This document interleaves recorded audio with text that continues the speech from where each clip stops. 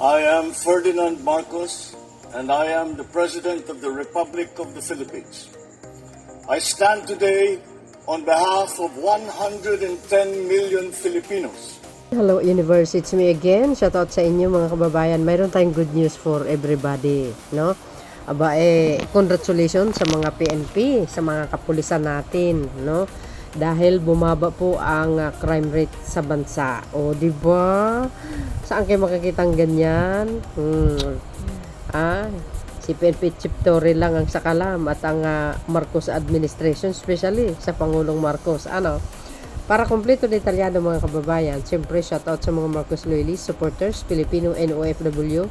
Sabi po dito mga beswa, sabi dyan ng Inquirer Net, PNP crime rate drops 7.75% from August 2024 to June 2025. Woo! O diba? August 12, 2025. Congratulations, no? Magagaling ang mga kapulisan natin ngayon. Talagang nanunumbalik yung tiwala ng mamamayang Pilipino, no, sa hanay ng kapulisan. Kaya ikumpara mo sa dati, ang iba natatakot. Sa totoo, kasi ang dahilan dati kasi sabi kasi dito, no, sa amin, pag lumabas ka baka mamaya tirahin ka kahit wala kang kasalanan, dahil diyan sa sa reward system. Kasi kumikita ang yung iba, hindi naman lahat. So dahil dito, no, ito po ay na-announce ni PNP Chief Torre kanina, no. So dahil diyan, basahin pa natin para kompleto detalyado.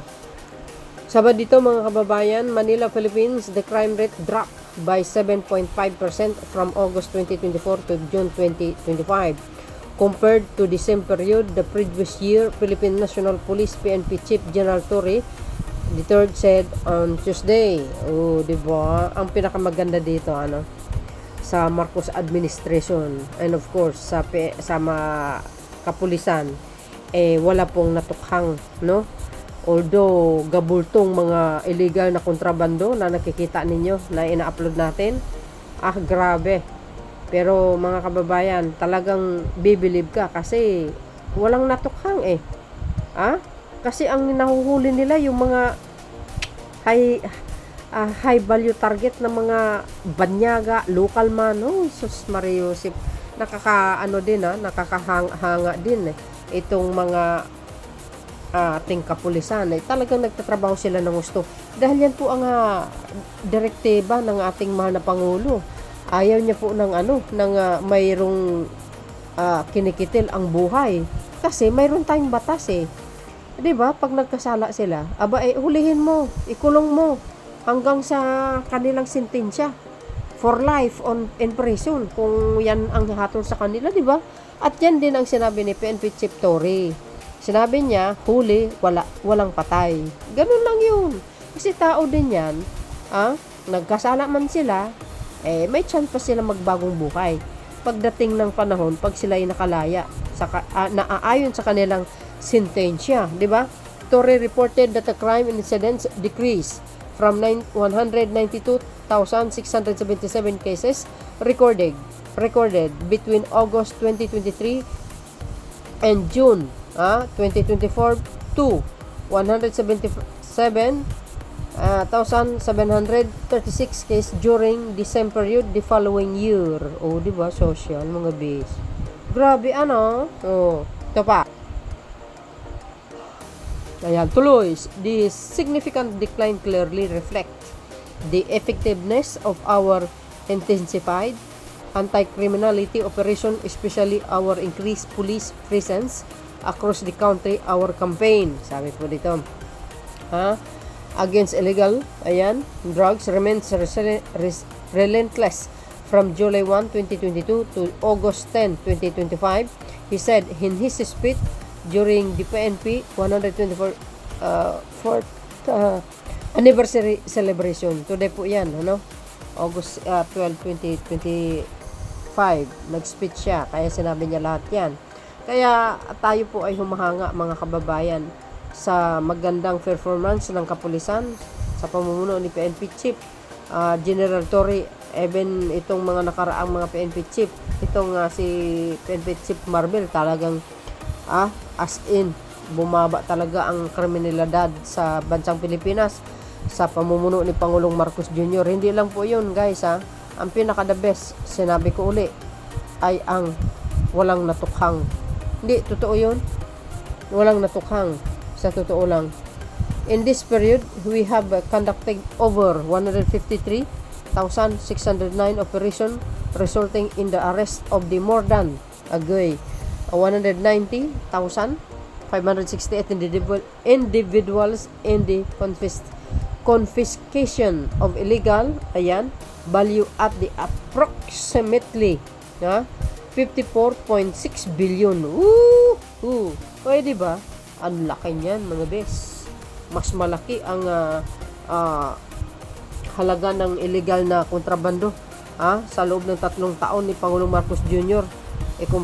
Katumbas dun sa 6 years ni Digong na sinasabi niya 6 months lang mawala na ang mga illegal na droga sa bansa. Ay sus Marisus, lumala. Bakit kanyo? Nag-ooperate sila ng palihim bakit? Siyempre, yung economic advisor niya, drug lord yun.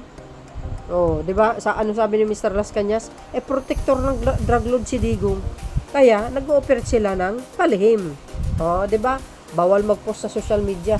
Katulad ditong ginagawa ng mga PNP, BOC, NBI, na talagang gabulto.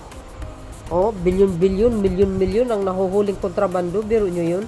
Ang dami kayong mga banyagang nahuli, sa totoo lang. Ay, congratulations sa ating kapulisan. Siyempre, yan po ang gusto ng ating mahal na Pangulo. Tuloy.